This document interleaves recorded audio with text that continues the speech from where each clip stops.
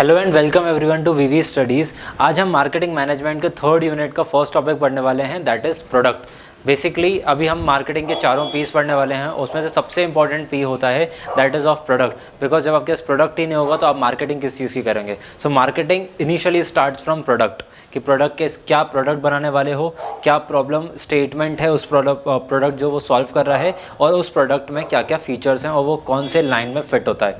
तो सबसे पहले क्लासिफिकेशन ऑफ प्रोडक्ट, कि आप किस तरीके का प्रोडक्ट लेके आने वाले हो। सो ब्रॉडली अगर हम क्लासीफाई करें तो दो टाइप के प्रोडक्ट्स होते हैं, एक होता है कंज्यूमर प्रोडक्ट और दूसरा होता है इंडस्ट्रियल प्रोडक्ट। कंज्यूमर प्रोडक्ट्स वो होते हैं जो डायरेक्टली कंज्यूमर तक जाते हैं। फॉर एग्जांपल अगर एक कोई इंडस्ट्री अगर उसको प्रोडक्ट का प्रोक्योरमेंट कर रही है, अगर वो प्रोडक्ट किसी प्रोडक्ट को बना रही है, तो उसका जो फाइनल कंज्यूमर है वो फाइनल कस्टमर या फाइनल कंज्यूमर जो है वो आप एज एन इंडिविजुअल लेवल पे हो, ठीक है। बट अगर हम इंडस्ट्रियल मार्केट की बात करें या इंडस्ट्रियल प्रोडक्ट की बात करें तो इंडस्ट्रियल प्रोडक्ट जनरली एक इंडस्ट्री दूसरी इंडस्ट्री के लिए जो प्रोडक्ट सेल करती है उसको बोलते हैं industrial products.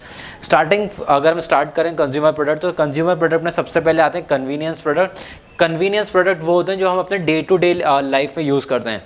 For example soap, daily हम सोप यूज़ करते हैं, डेली हम टॉवल यूज़ करते हैं, डेली हम टूथब्रश टूथपेस्ट डेली यूज़ करते हैं। या फिर जो हम खाने वाली चीज़ें होती हैं, एसेंशियल आइटम्स होते हैं जो कि हम डेली प्रोक्योर करते हैं अपने लाइफ में, उनको बोला जाता है कन्वीनियंस प्रोडक्ट। कन्वीनियंस प्रोडक्ट के लिए जनरली एज अ कंज्यूमर आप बहुत ज़्यादा एफर्ट्स नहीं देते हो एक पर्टिकुलर प्रोडक्ट के ऊपर।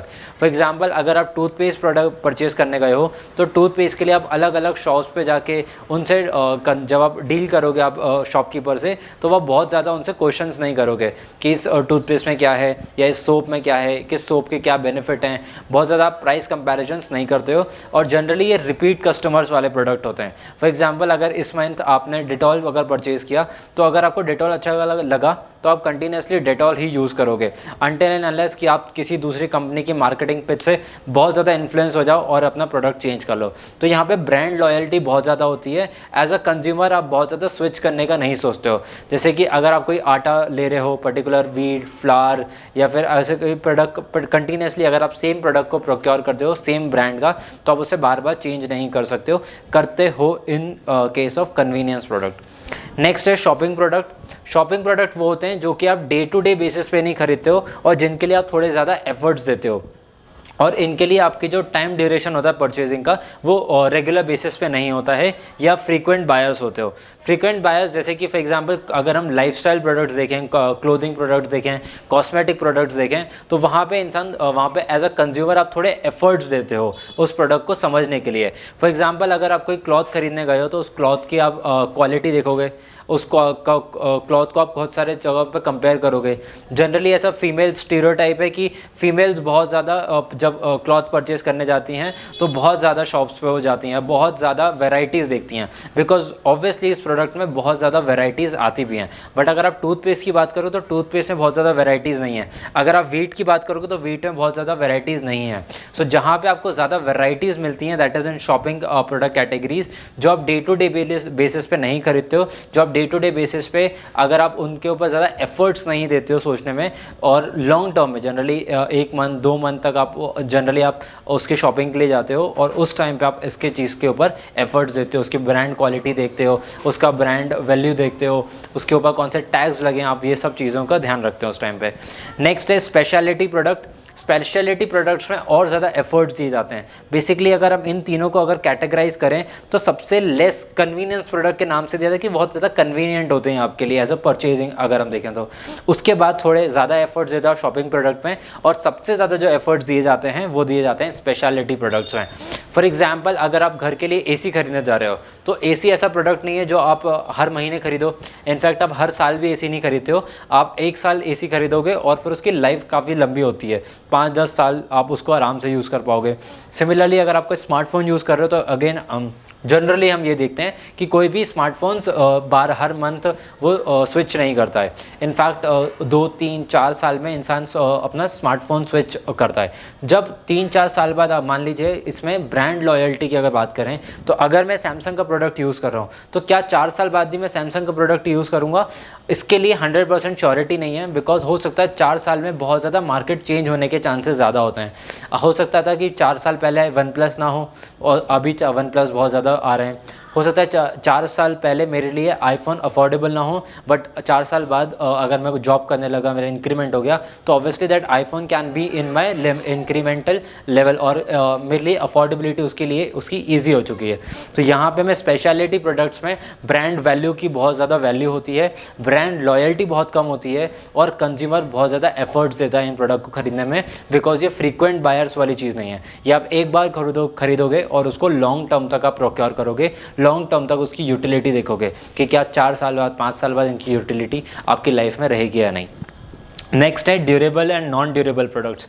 ड्यूरेबल प्रोडक्ट्स जनरली वो होते हैं जिनका वेयर एंड टेयर के ज़्यादा चांसेस नहीं होते, जो आप लॉन्ग टर्म तक यूज़ कर सकते हो और इनके ख़राब होने के चांसेस कम होते हैं। बट नॉन ड्यूरेबल प्रोडक्ट्स वो होते हैं जो ईजिली ख़राब होने के चांसेस होते हैं, या फिर बहुत जल्दी आपको रिप्लेनिश करना पड़ सकता है, या तो उनकी लाइफ साइकिल ही कम होती है, या फिर उनके अंदर टेक्निकल प्रॉब्लम्स बहुत ज़्यादा आ जाती हैं, और इस तरीके से बहुत ज़्यादा आपको चेंज करना पड़ सकता है उन प्रोडक्ट को। तो जनरली आप नॉन ड्यूरेबल प्रोडक्ट्स के लिए आप फ्रीक्वेंट बायर हो सकते हो, but for durable product you see उसके कंपनी की क्वालिटी कैसी है, उस पर्टिकुलर प्रोडक्ट की क्वालिटी कैसी है, जिससे आप उसको लॉन्ग टर्म तक यूज़ कर पाओ। For example AC, automobile, car, जो कि आप सालों में एक बार खरीदते हो, तो आप उसकी बिल्ड क्वालिटी बहुत अच्छे से देखते हो, और ये चीज़ को इंश्योर करते हो कि आज अगर आप उस प्रोडक्ट को प्रोक्योर कर रहे हो तो आने वाले 5-7 साल तक वो आपका प्रोडक्ट आपका साथ दे, और आपके उसको यूटिलिटी आपकी लाइफ में उसकी यूटिलिटी बढ़ती ही जाए।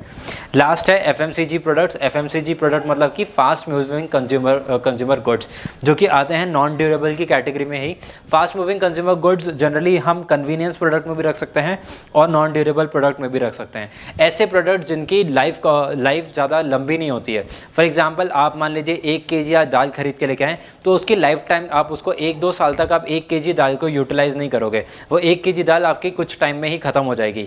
तो ऐसे जो प्रोडक्ट होते हैं जो आप मंथली बेसिस पे, वीकली बेसिस पे बार बार परचेज करते हो, उनको बोलते हैं फास्ट मूविंग कंज्यूमर गुड्स, जिनके लिए कंपनीज बहुत ज़्यादा मार्केटिंग एफर्ट्स देते हैं, बिकॉज इनके लिए एक तो कॉम्पिटिशन बहुत ज़्यादा टफ हो जाता है, बिकॉज ब्रांड लॉयल्टी ज़्यादा नहीं होती है। आप शॉर्ट टर्म के लिए उनकी ब्रांड रॉयल्टी देख सकते हैं, बट क्योंकि इनकी मार्केटिंग पिक्चर्स इतनी ज़्यादा आती हैं, आप टीवी में कभी भी ऐड देखोगे तो टूथपेस्ट की, टूथब्रशेस की एड्स बहुत ज़्यादा आती हैं। तो इन ब्रांड में कंपटीशन बहुत ज़्यादा फियर्स होने की वजह से, स्पेशली ऑर्गेनाइज्ड और अनऑर्गेनाइज्ड सेक्टर के बीच में जो कंपटीशन है, उसकी वजह से बहुत ज़्यादा ब्रांड लॉयल्टी नहीं बन पाती है किसी भी पर्टिकुलर प्रोडक्ट के लिए। Next coming to industrial product. Industrial product में जनरली एक कंपनी जब दूसरी कंपनी को सामान देती है तो उसको हम बोलते हैं इंडस्ट्रियल प्रोडक्ट। इसका जो फाइनल कंज्यूमर होते हैं वो डायरेक्ट एज एन इंडिविजुअल आप नहीं होते हो। फॉर एग्जांपल अगर हम स्टील की बात करें तो स्टील हम जनरली डायरेक्टली यूज़ नहीं करते हैं, स्टील हम दूसरों से खरीदते हैं। फॉर एग्जांपल अगर हम टिस्को की बात करें, अगर हम रौरकेला की बात करें, तो TISCO generally steel production plant है उनका, वो स्टील सेल करता है रियल एस्टेट को, ऑटोमोबाइल्स को, या फिर ऐसे डिफरेंट इंडस्ट्रीज़ को सेल करता है, और फिर वो इंडस्ट्रीज़ उनको रिक्वायर करती हैं एज अ मटेरियल। अब मटेरियल की जनरल 3 कैटेगरीज होती हैं, एक तो रॉ मटेरियल, दूसरा इक्विपमेंट, और तीसरा सप्लाई चेन जिसको हम बोलते हैं। तो सबसे पहले रॉ मटेरियल्स क्या हो सकते हैं किसी भी पर्टिकुलर प्रोडक्ट के लिए। मान लीजिए आप कोई मेडिसिन बना रहे हो, अगर हम सीरम इंस्टीट्यूट ऑफ इंडिया की बात करें, सीरम इंस्टीट्यूट की बात करें, या फिर हम डॉक्टर रेड्डी की बात करें, या हम सिप्ला की बात करें, तो मान लीजिए अगर कोई कंपनी पैरासीटामोल बना रही है, तो क्या वो पैरासीटामोल के रॉ मटेरियल्स भी खुद ही बना रही है? बहुत कम ऐसी कंपनीज होती हैं, या फिर ऐसी शायद कोई कंपनी नहीं है जो रॉ मटेरियल्स भी खुद बनाती है और फाइनल प्रोडक्ट भी खुद बनाती है। तो जनरली जब वो रॉ मटेरियल्स प्रोक्योर करती है दूसरी कंपनी से, तो उसके लिए वो बन जाता है इंडस्ट्रियल मार्केट। पैरासीटामोल अगर वो रॉ मटेरियल प्रोक्योर कर रहे हैं उसका, तो वो उसका हो गया इंडस्ट्रियल मार्केट।